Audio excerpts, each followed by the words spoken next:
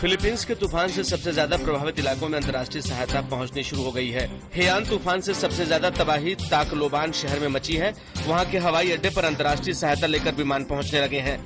Singapore और Belgium से आए मेडिकल राहत दल के सदस्यों ने चिकित्सा सहायता देने का काम शुरू कर दिया है।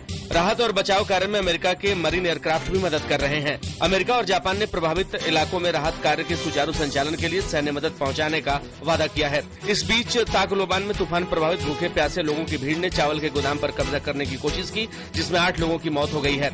ये लोग तब मारे गए जब गोदाम की इमारत की एक दीवार ढह गई।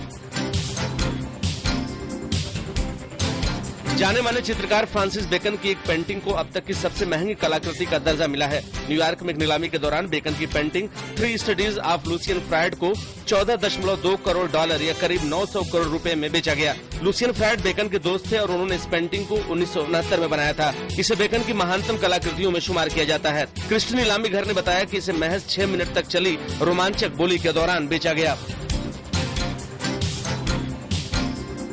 पाकिस्तान के सिंध उच्च न्यायालय ने पूर्व राष्ट्रपति परवेज मुशर्रफ के देश से बाहर जाने पर लगी रोक के खिलाफ दायर उनकी याचिका पर सुनवाई के लिए 18 नवंबर की तारीख मुकर्रर की है। मुशर्रफ ने याचिका अपनी बीमार मां को देखने के लिए दुबई जाने की अनुमति के लिए दायर की है।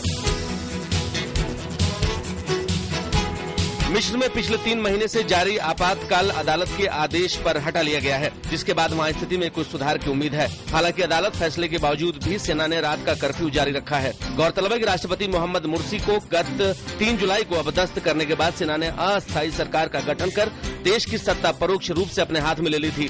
लेकिन मुर्सी के समर्थक इस्लामी ब्रदरहुड के सदस्यों के विरोध प्रदर्शनों को दबाने के लिए सरकार ने गत 14 अगस्त को पूरे देश में आपातकाल लगाकर कड़ी हिंसक कार्रवाई की थी, जिसमें बहुत से लोगों की मौत हो गई थी।